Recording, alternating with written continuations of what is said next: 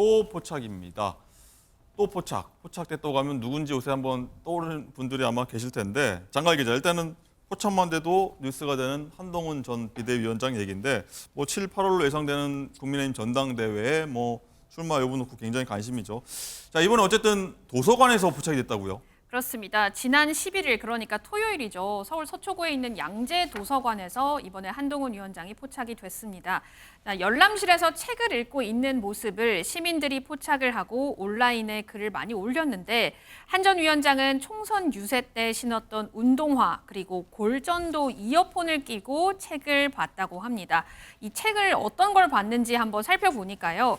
김보영 작가의 공상과학소설 종의 기원담을 읽는 모습이 포착이 됐고요. 네. 뿐만 아니라 한 전 위원장 옆에 놓인 탁자에는요. 천문학자 칼 세이건의 저서 코스믹 커넥션, 그리고 비트코인에도 관심이 있나 봅니다. 비트코인 슈퍼사이클이라는 비트코인 관련 도서까지 네. 올려져 있었습니다. 한 전 위원장은 몰려드는 지지자들에게 이 셀카도 직접 찍어줬는데요. 그중 한 시민이 책에 좀 사인을 해달라고 요청을 하자 책에다가 주말에 도서관 좋죠, 늘 행복하세요라는 문구를 적어줬다고 합니다. 네. 자, 소정욱 변호사님, 이번엔 도서관입니다. 여러 군데에서 포착했는데 이번 도서관인데 뭐 책도 어떤 거를 넣었는지 다 뭐 시민들이 알아봐냈고요.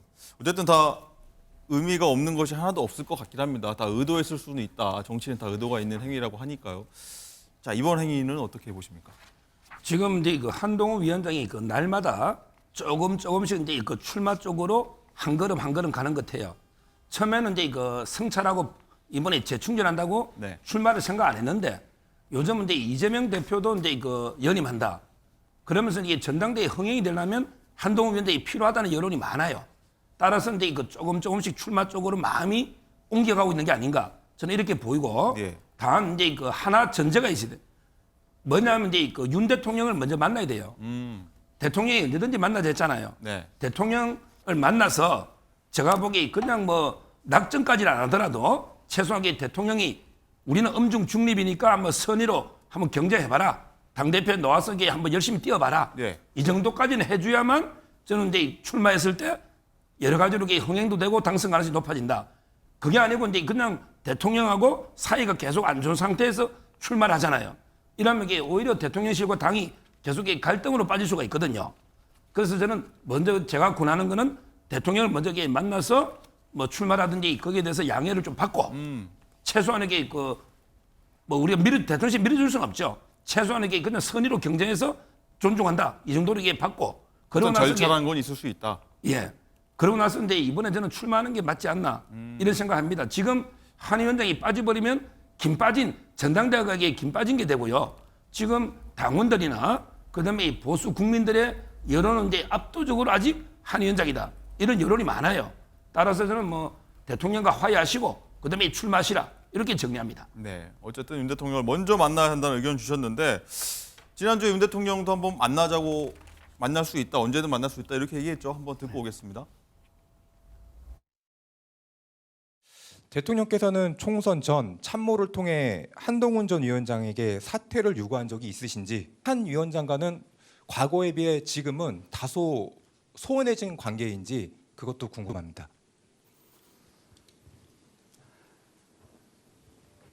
우리 비서실장 또 원내대표 한동훈 위원장 이렇게 아마 점심 먹는 자리에서 뭐 그런 얘기가 나온 것 같은데 좀 오해가 있었던 것 같습니다. 그리고 바로 그 문제는 풀었고요. 해소를 했고 그리고 이제 정치인으로서 확고하게 자리매김을 했다고 저는 생각합니다. 그래서 앞으로 그 정치인으로서의 길을 잘 걸어 나갈 것이라고 생각합니다. 네. 아니 저와 뭐 20년이 넘도록 이렇게 교분을 맺어온 한동훈 위원장을 뭐 언제든지 만날 것이고요. 네, 윤 대통령과 어쨌든 한동훈 위원장이 전당대회에 나가게 된다면 먼저 윤 대통령을 만나야 된다라는 서정욱 변호사 의견이 있어서 한번 얘기 들어봤고요. 어쨌든 박지원 본장님, 어제 그 주말에 있었던 포착 장면 보면은 뭐 분홍색 이어폰을 꼈다고 하고요, 뭐 운동화를 신었고요, 또 도서관 의미가 있다고 보십니까? 의도한 바라고 보십니까? 뭐 카메라가 나를 비출 수 있다라는 의식은 했을 거라고 봅니다. 네. 다만 저는 앞서 있었던 조국 장관, 조국 의원 건도 마찬가지인데요. 정치인이 메시지를 내는 방식에 대해서 너무 좀 뭐라 해야 되나 얇아졌다. 좀 그런 느낌을 받는 게요. 정치인이 자기 이야기를 하는 방법이 한 세 가지가 있습니다. 어떤 걸까요? 글, 말, 그림 이 세 가지가 있는데 책임을 지고 가장 명확한 건 뭘까요? 글입니다. 그런데 어느 순간부터 우리 정치인들이 글을 안 씁니다. 글을 쓰지 않는다는 것은 정리돼서 국정의 목표라든가 나는 이런 정치인이라고 정확하게 규정하는 것에 저는 자신감이 없기 때문이라고 봐요. 지금 이미지 정치를 하고 있다. 그렇죠. 극단적으로 얘기하면 실력이 떨어진 거예요. 실력이 떨어지니까 이미지를 이미지를 가지고 호소해서 내가 정치를 시작하겠다. 이런 식으로 저는 흘러가고 있는 세태가 좀 그렇다라는 좀 생각이 들고요. 사실 윤석열 대통령이 사람이 충성하지 않는다. 살아있는 권력에 저항한다. 이런 이미지로서 대통령 자리까지 올라갔는데 뽑아놓고 보니까 국정 목표라든가 국정 운영이 제대로 안 되잖아요. 그거는 정확하게 글로서 자기의 철학, 국정 목표를 정리할 실력이 안 됐기 때문이거든요. 그래서 저는 앞으로 대권을 꿈꾸는 사람들은 이미지보다는 좀 글을 좀 정리해서 쓰시라라는 좀 부탁을 드리고 싶다. 네. 이런 생각이 들고요. 앞서 이야기했던 하나 말씀드리면은 윤석열 대통령은 한동훈 비대위원장을 안 만나줄 것 같아요. 아까 이야기했던 미소라든가 20년 관계 정치인으로 자리매김했네 이야기는 속된 표현으로 한동훈 많이 컸네. 뭐 이런 느낌이에요. 네. 네, 알겠습니다. 그렇게 해석해 주셨고요. 어쨌든 이미지보다는 정확한 메시지를 달라 이런 얘기가 좀 꽂히는 것 같습니다.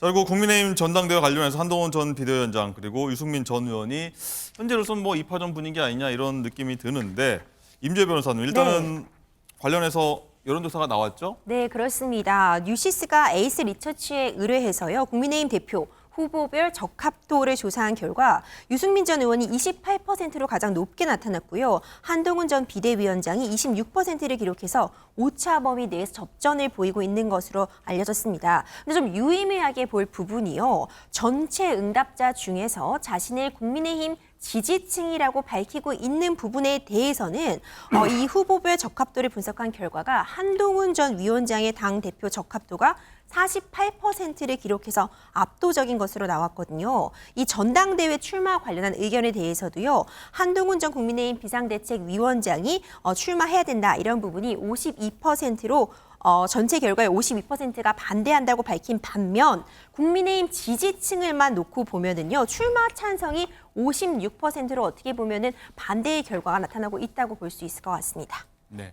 어쨌든 이와 관련해서 뭐 룰 개정 놓고서 지지율에 따라서 많이 요동치는 것 같습니다. 바꿔야 된다, 그대로 가야 된다, 누구한테 유리한다 이런 거 한번 지켜봐 보도록 하겠고요.